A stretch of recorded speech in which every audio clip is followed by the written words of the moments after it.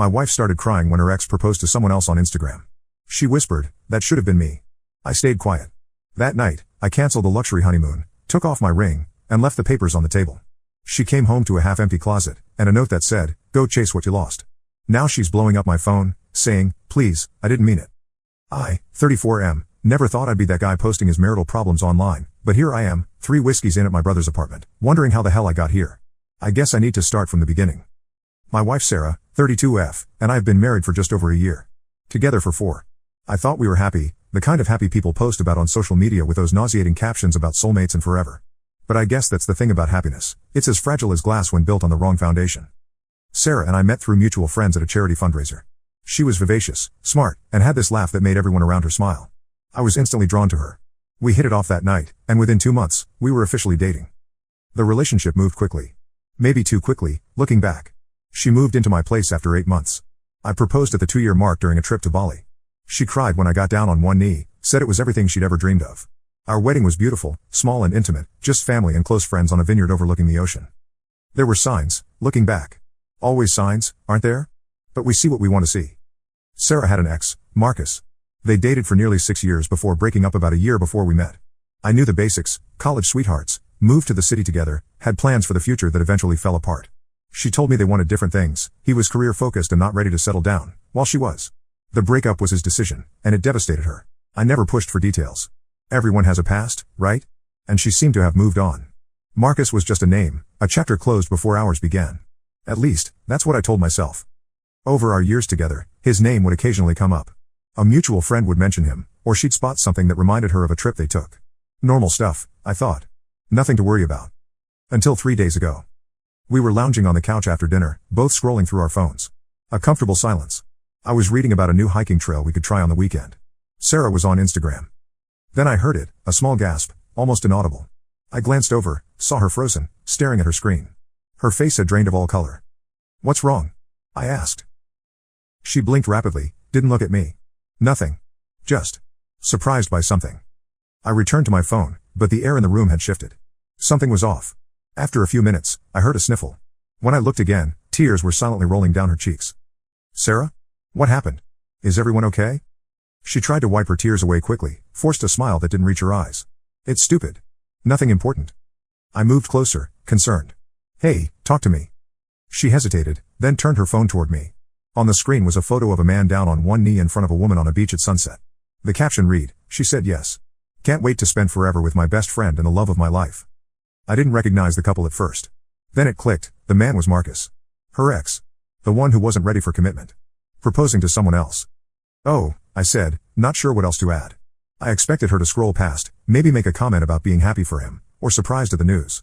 Instead, she whispered those 5 words that shattered everything. "That should have been me." Her voice was so soft I almost didn't hear it. Almost. But I did. And in that moment, something inside me went cold. I stayed quiet. What could I possibly say? My wife was mourning a future that didn't include me, right in front of me. She was crying over another man's proposal, not because she was happy for him, but because she wished it was her in that picture. The rest of the evening passed in a fog. She composed herself, acted like nothing had happened. Made some comment about being surprised, that's all. We watched a movie. She curled up next to me like always. But nothing was the same. Nothing would ever be the same again. After she fell asleep, I stayed up all night thinking. Remembering all the times she'd mention him in passing. The way her face would light up when his name came up in conversation with mutual friends. How she kept a box of old photos in the back of our closet that I never asked about. All the puzzle pieces fitting together in the worst possible way. The next day, I went to work like everything was normal. Smiled at colleagues. Attended meetings. All while making calls during my breaks, canceling our 5th anniversary trip to Greece. The luxury honeymoon we never took after our wedding because we were saving for it. The perfect 2 weeks I'd spent months planning as a surprise for her. Non-refundable deposits be damned. I called a lawyer during lunch. Made an appointment for the following week. When I got home, Sarah was working late. I packed half my clothes, my essential documents, my grandmother's watch. I left my wedding ring on the dresser. Placed the printouts of our canceled honeymoon on the dining table along with a handwritten note, "Go chase what you lost." Then I called my brother, asked if I could crash at his place for a while. He didn't ask questions, just said to come over. That's the kind of brother he is. I was halfway across town when the text started. First confused. Then panicked. "Where are you? What's going on? What do you mean by this note? Please come home so we can talk." Then the calls. One after another. I didn't answer. Around midnight, the tone changed. "I know what this is about. You misunderstood. I didn't mean it like that. Please, I didn't mean it. It was just shock. It didn't mean anything. You're everything to me. By morning, there were 47 missed calls and over 60 text messages. Voice messages I couldn't bring myself to listen to. Emails I couldn't open. I called in sick to work. Turned off my phone. Tried to figure out what to do next. My brother gave me space but made sure I ate something. Asked if I wanted to talk about it. I gave him the abbreviated version. He called her a few choice names I won't repeat here, then offered to go get the rest of my stuff from the apartment. Not yet, I told him. I need to think. And that's where I am now. Thinking. Hurting. Wondering if our entire relationship was just her settling for second best after the man she really wanted didn't want her back. Was I ever her first choice? Or just the consolation prize? The worst part is, I still love her. That doesn't just disappear overnight. But I don't think I can ever unhear those words. I don't think I can look at her without wondering if she's thinking of him. I don't know what I'm going to do next. The lawyer appointment is still on my calendar. My phone is still off. My brother says I can stay as long as I need to. Maybe this seems extreme to some of you. Maybe you think I should hear her out. But when someone shows you who they really are, or in this case, who they really want, you have to believe them the first time. Update, 24 hours later. I turned my phone back on briefly. The messages continue.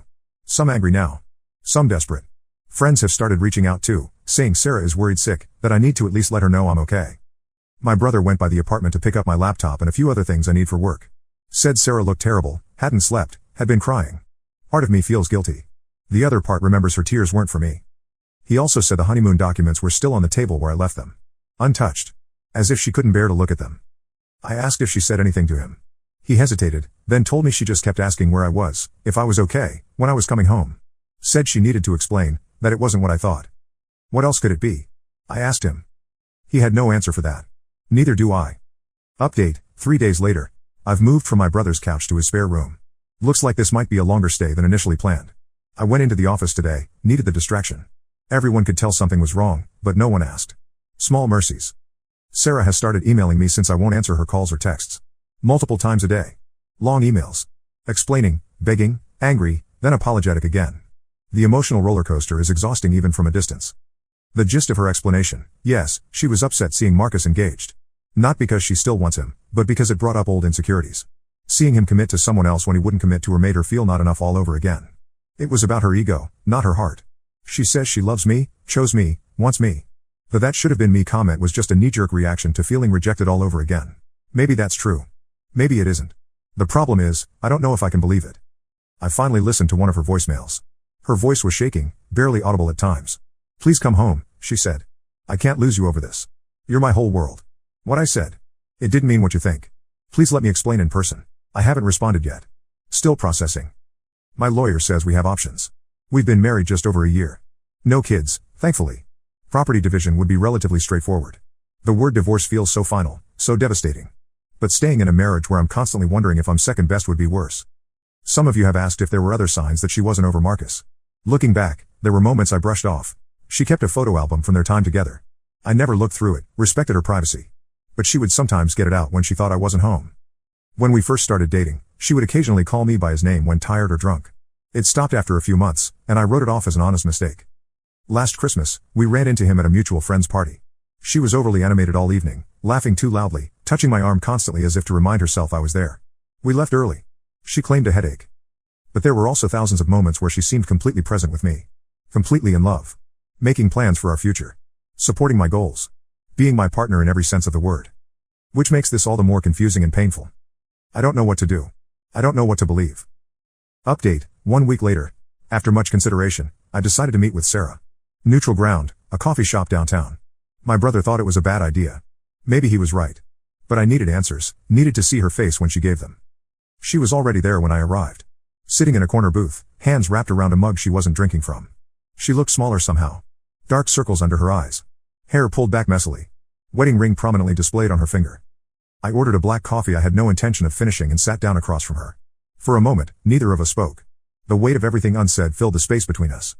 Thank you for coming, she finally said. Her voice was hoarse. I nodded, waiting. I know what I said hurt you, she continued. I know how it sounded. But you have to believe me, it's not what you think. What is it then? I asked, keeping my voice level. Because from where I'm sitting, it sounded like you're still in love with your ex. She flinched as if I'd slapped her. I'm not. I swear to you, I'm not. Then explain it to me, Sarah. Explain why seeing him propose to someone else made you break down. Explain why you wished it was you. She took a deep breath. When Marcus and I broke up, it wasn't mutual. You know that. He told me I wasn't what he wanted for the long term. That he couldn't see a future with me. Do you know what that does to a person? To be told you're not enough? I stayed silent. For years, I believed him. Believed there was something fundamentally wrong with me that made me unlovable in the long run. And then I met you. Her eyes filled with tears. You loved me. You wanted a future with me. You proposed, and for the first time in so long, I felt worthy again. She wiped at her eyes with a napkin. When I saw that post, it wasn't about wanting to be with Marcus. It was about wondering why I wasn't enough for him when this other woman is. What does she have that I don't? It was about my own insecurities, my own wounds that I thought had healed but clearly haven't. That's not what you said, though, I pointed out. You said, that should have been me. I know. And that was wrong, and hurtful, and I wish more than anything I could take it back. What I meant was that should have been me back then, the me from the past who wanted his validation so badly. The me who felt worthless when he left.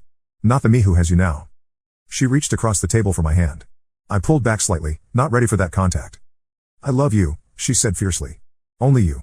I chose you every day for 4 years, and I'll choose you every day for the rest of my life if you let me. Marcus is my past. A past I thought I'd processed but clearly haven't fully.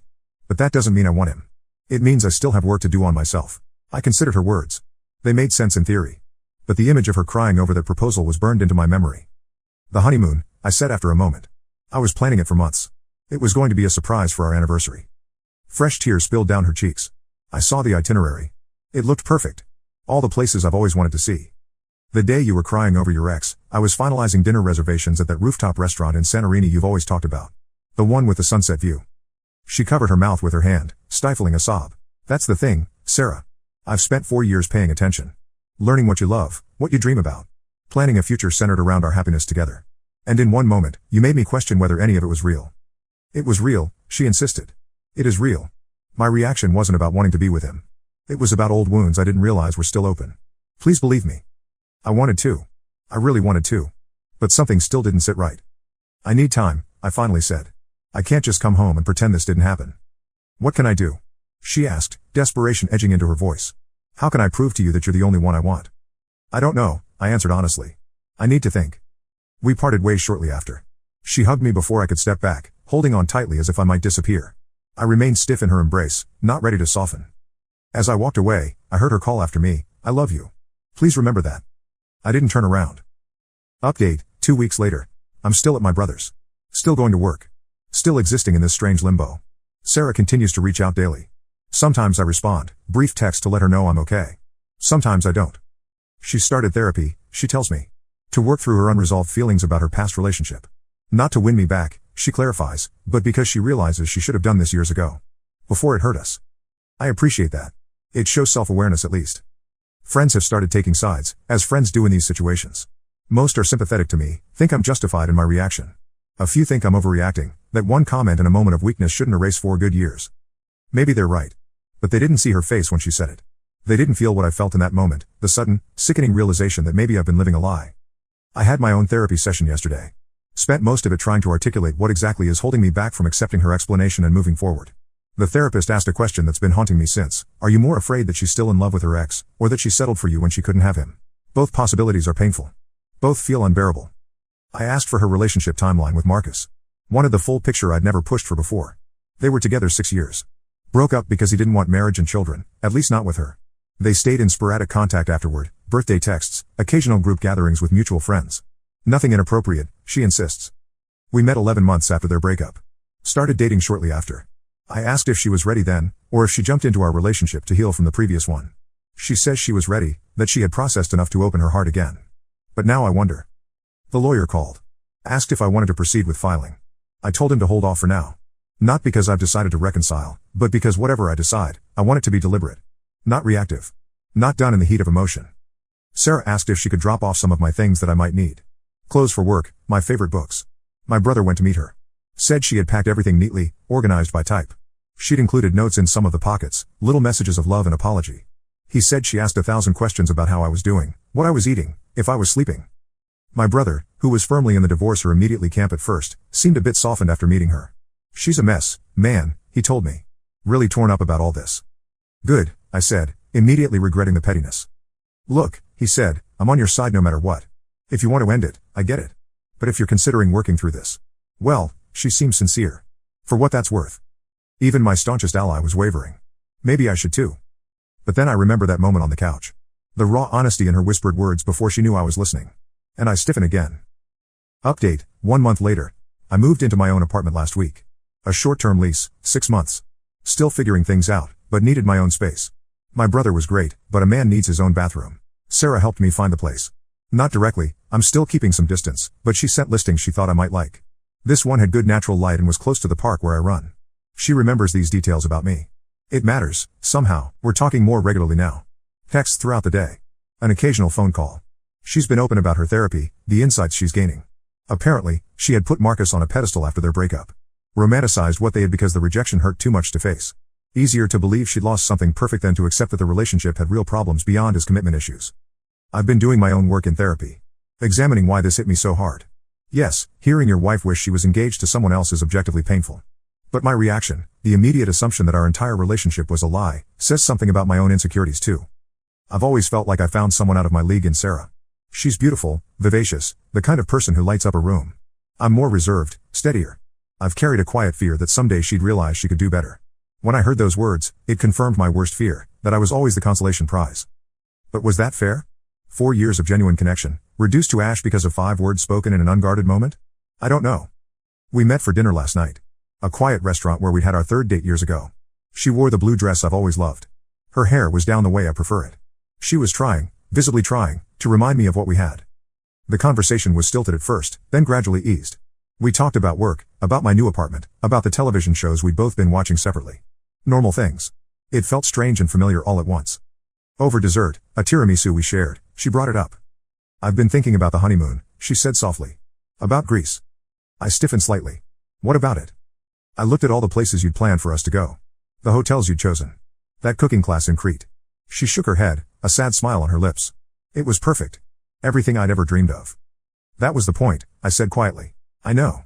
And that's what I keep coming back to. Marcus never knew me that way. Never paid attention to what I wanted, what I dreamed about. It was always his career, his goals, his timeline. She looked directly into my eyes. You know me better than anyone ever has.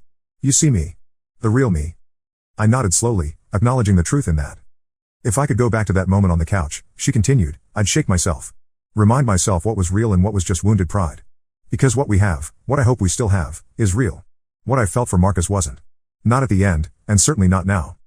I wanted to believe her. I was starting to. I can't promise I'll never have another moment of insecurity or misplaced nostalgia, she said. But I can promise to be honest about it, to work through it properly instead of letting it blindside us both. And I can promise that I choose you. Every day, in every way, I choose you. We didn't resolve everything that night. I didn't go home with her, didn't say I was ready to try again. But for the first time in a month, I felt a glimmer of hope that maybe we could find our way back. Update, 3 months later. I moved back home last weekend. Our home. Sarah's and mine. It wasn't a dramatic reunion. No running into each other's arms in the rain like some romantic movie. Just me, with my suitcases and boxes, stepping back into the space we'd created together. She'd kept everything exactly as it was. My books on my nightstand. My favorite mug in the cabinet. The throw pillows I always complained about but secretly found comfortable. It was as if she'd preserved our life together, waiting for me to return to it. The decision wasn't made lightly. We spent the previous 3 months rebuilding, slowly, carefully. Weekly dinner dates that gradually became twice weekly, then more. Long conversations about everything. Our childhoods, our fears, our dreams for the future. The kind of talks we should have had years ago but somehow skipped in our rush to be together. We went to therapy, individually and together. Unpacked all the baggage we'd both brought into the relationship. Her unresolved feelings about her past rejection. My deep-seated fear of not being enough. I learned that Sarah had spent years thinking something was fundamentally wrong with her because Marcus didn't want to build a life with her. That seeing his engagement triggered all those old insecurities in a moment of emotional ambush. That her words came from a place of wounded pride rather than lingering love. And she learned how those words confirmed my worst fears, that I was the safe choice, the one who loved her more, the one who would never leave. The pivotal moment came a few weeks ago. We were at my apartment, cooking dinner together. Some cooking show was playing in the background. The host mentioned Santorini, and Sarah went completely still. When I looked over, tears were streaming down her face. What's wrong? I asked, alarmed. I keep thinking about that rooftop restaurant, she whispered. The one in Santorini you booked for us. With the sunset view. I nodded, throat tight. You remembered I mentioned it once, years ago. Just in passing. I'd seen it in a travel magazine and said it looked magical. She shook her head in wonder. You remembered something I barely remembered myself. I remember everything about you, I said simply. She crossed the kitchen, took my face in her hands. That's what I've been trying to tell you. Marcus never did that. Never would have. He didn't love me the way you do. And I never loved him the way I love you. Something shifted inside me then. A knot that had been tight for months began to loosen. We're not completely healed. There are still moments when the doubt creeps back in, when I remember her tears over his engagement. But they're becoming less frequent, less powerful. 2 days ago, Sarah surprised me. She'd booked us a trip, not to Greece, not yet. Just a weekend at a beachside cottage a few hours away. A new memory to build, she said. A first step toward our delayed honeymoon, which she hopes we'll take next year on our anniversary. It was on that beach, watching the sunset from our cottage porch, that I finally took my wedding ring out of my pocket where I'd been carrying it for months. She watched, barely breathing, as I slid it back onto my finger. Are you sure? She asked, voice trembling. No, I answered honestly. But I'm sure I want to keep choosing you every day until I am. She cried then, and this time, I held her. Let her tears soak my shirt. These tears were for us, for what we almost lost, for what we were fighting to rebuild. Last night, back in our bed for the first time in months, Sarah whispered to me in the darkness. Thank you for giving us another chance. I pulled her closer. Thank you for showing me it was worth it. We're not perfect. Our relationship isn't perfect. We both have more work to do, on ourselves and as a couple. But I believe now what I couldn't believe 3 months ago, that her 5 whispered words weren't the truest thing she's ever said to me. They were just the most painful. The truest things are in the details, the way she cuts fruit for me in the morning before work. The text she sends when she sees something that makes her think of me. The way she still reaches for my hand in her sleep. Marcus may have been her past, but I'm her present. And if we keep doing the work, I'll be her future too. That's enough for now. That's everything. Final update. 6 months after that day on the couch, Sarah and I are in a good place. Better than before, in many ways. More honest. More intentional. We don't take each other for granted anymore. We've rebooked the trip to Greece for next summer. Sarah insisted we keep all the same reservations, the cooking class, the sunset cruise, and yes, that rooftop restaurant in Santorini. I want exactly what you planned, she told me. It was perfect the first time. As for Marcus, his name rarely comes up anymore. Sarah unfollowed him on social media the day after our confrontation in the coffee shop. Not because I asked her to, but because she realized it wasn't healthy for her. Some wounds need distance to heal properly. Last month, we ran into him and his fiancée at a friend's birthday party. Sarah squeezed my hand when she saw them, a silent acknowledgement of the moment's weight. We chatted briefly, surface-level pleasantries. I watched her face carefully, searching for any sign of that old pain, that old longing.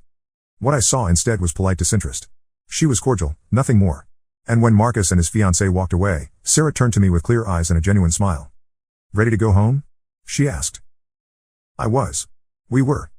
Sometimes I think about the version of myself from 6 months ago, sitting in my brother's apartment, 3 whiskeys in, wondering if my marriage was over. I wish I could tell him it gets better. That what feels like an ending might just be a difficult middle chapter. That sometimes the most painful moments lead to the most necessary growth. Sarah and I aren't the same couple we were before. We're more cautious with each other's hearts now. More deliberate with our words. More appreciative of what we almost lost. Yesterday, I overheard her on the phone with her sister. I couldn't imagine my life without him, she was saying. He's everything. This time, I believed her. They say every marriage has moments that test its foundation. Earthquakes that reveal the cracks. Ours certainly did. But we've rebuilt on stronger ground. And now, when I look at our future together, I no longer see doubt. I see possibility. I see us.